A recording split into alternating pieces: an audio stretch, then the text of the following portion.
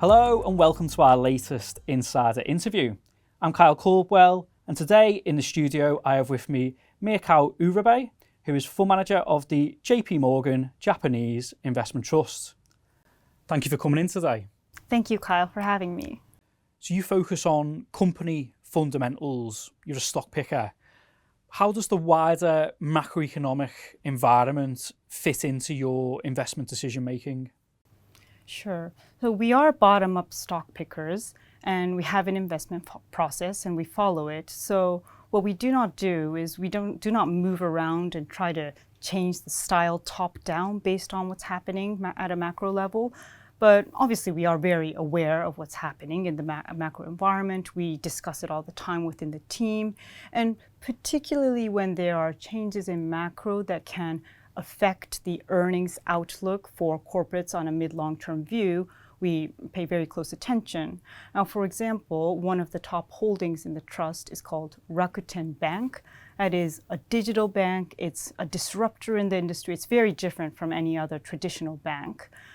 We like the business. It sits within the Rakuten Group ecosystem. Now, what Rakuten Group is they have one of the largest e-commerce platforms in Japan, so kind of like Amazon. And the strength of Rakuten Bank is that they can leverage the very wide user base of the Rakuten Group to increase its assets.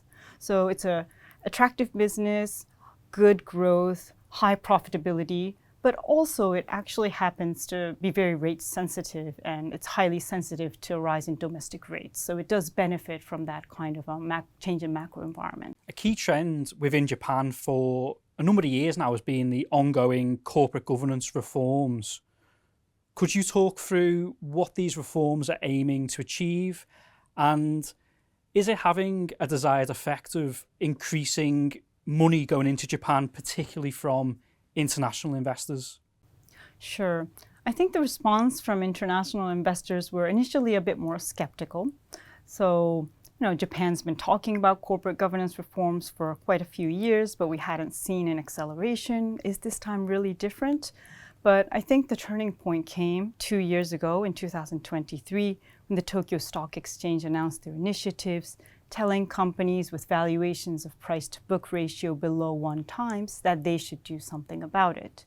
And since then, we have really seen an acceleration. I mean, speaking to companies every day, being on the grounds, we really feel the change in mindset. And we have seen year after year record levels of share buybacks being announced.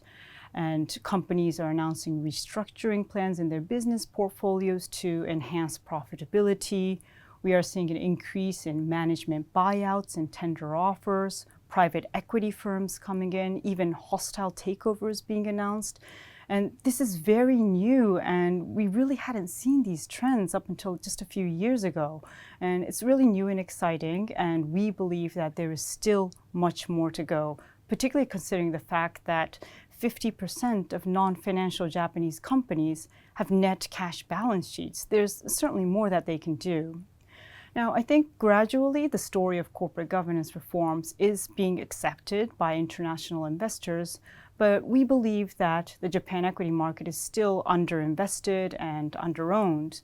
Now, foreign investors turned net buyers of Japan from the early part of 2023, but if you look at the aggregate buying level, it's still very far below the peak that you saw most recently around Abenomics era. So despite all of these positive developments, I think Japan is still underowned. And also if you look at valuations as well, it's still undemanding, both compared to its own history and also versus other major markets. And as well as increasing levels of share buybacks that you've mentioned, companies are also becoming more dividend friendly. As you're a growth investor, how does that impact your investment process? Sure. We are seeing very positive impact on our portfolio too. I think because the Tokyo Stock Exchange initially said the words stocks with price-to-book ratio below 1 times, there was a bit of a perception that maybe this corporate governance reform will particularly be focused on value stocks. But that's certainly not the case, and you are seeing corporate governance improvements across the market cap spectrum, growth, quality, all sectors. You're seeing it very broad-based.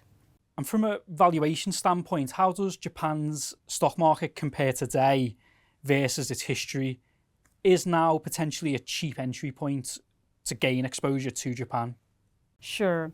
So despite all of the positive developments that I've been discussing, if you look at the valuations of the Japan equity market, it's still not demanding, both compared to its own history and also versus other major markets. So if you consider the fact that all of these corporate governance reforms that are now taking place can potentially lead to an improvement in return on equity levels in future, and the lower ROE of Japan has been one of the key reasons for the valuation discount versus other major markets historically, I think that the outlook for Japan is very, very attractive. For UK investors venturing overseas, something that they have to bear in mind is potential currency risk. We've seen over the past 5 years, the yen has depreciated around a third against the UK pound. Do you look to mitigate against currency risk? Sure. So yes, as you say, yen has significantly weakened over the past few years. I think the key reason behind that is interest rate differentials. So while other major markets were increasing the interest rate on the back of inflation in recent years, the Bank of Japan kept its very loose monetary policy. Now, the situation has changed more recently. So if you look from last year, the Fed, or the US, has stopped hiking rates and has moved to rate cuts, whereas in Japan, the Bank of Japan is moving towards gradually normalizing its very loose monetary policy. Now, it's very difficult to predict short-term movements on Forex, but I think there is limited reasons to think that the yen could significantly weaken beyond recent peaks. Now, for the portfolio, first of all, we have not hedged the currency. Now, on FX exposure of the portfolio, it is basically neutral versus the benchmark. So movements either way, we would not expect to significantly impact relative performance. Now, that's really just a result of the fact that we find a lot of attractive ideas both in exporters and in domestic names. Now, when I say exporters, I think a lot of people think autos, but in our case, we are very underweight autos. The kind of exporters that we hold in the portfolio are things like global #1 factory automation companies or global #1 semiconductor supply chain names, globally competitive gaming and intellectual property companies. But equally, we find a lot of attractive ideas in domestic sectors. For example, Japan is years behind the West when it comes to things like cloud software services, cashless payments, e-commerce. So we invest in IT service and software companies that can potentially benefit from that expanding trend. In terms of performance, how has the investment trust fared over the long term, say on a 10-year view? Has the investment trust outperformed the wider Japan market? Sure. So looking at the past 10-year performance, the net asset value for the trust rose by 127%. Now, over that same period, topics grew by 103%. So we have outperformed topics, and we are the best performing Japanese equity dedicated trust sector. The share price performance similarly outperformed during that period.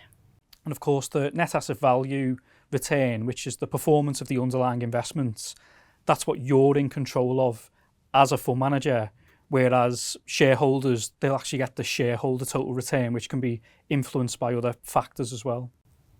Sure. So on the valuation discount or the NAV discount of the trust, the board is very aware of the NAV discount and has been proactively conducting share buybacks in recent years. Now, I think the current NAV discount is not out of line with what is happening in the broader investment trust sector. And in fact, I think it is actually notably tighter compared to some of the other investment trusts. And I believe perhaps that is a reflection of the relatively good recent performance, as well as the bigger size and liquidity, particularly after the merger with JPMorgan Japan's Small Cap Growth and Income last year. Investment trusts have the ability to gear or borrow to invest.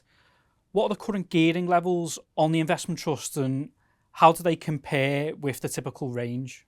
Sure. The current gearing of the trust is around 11%.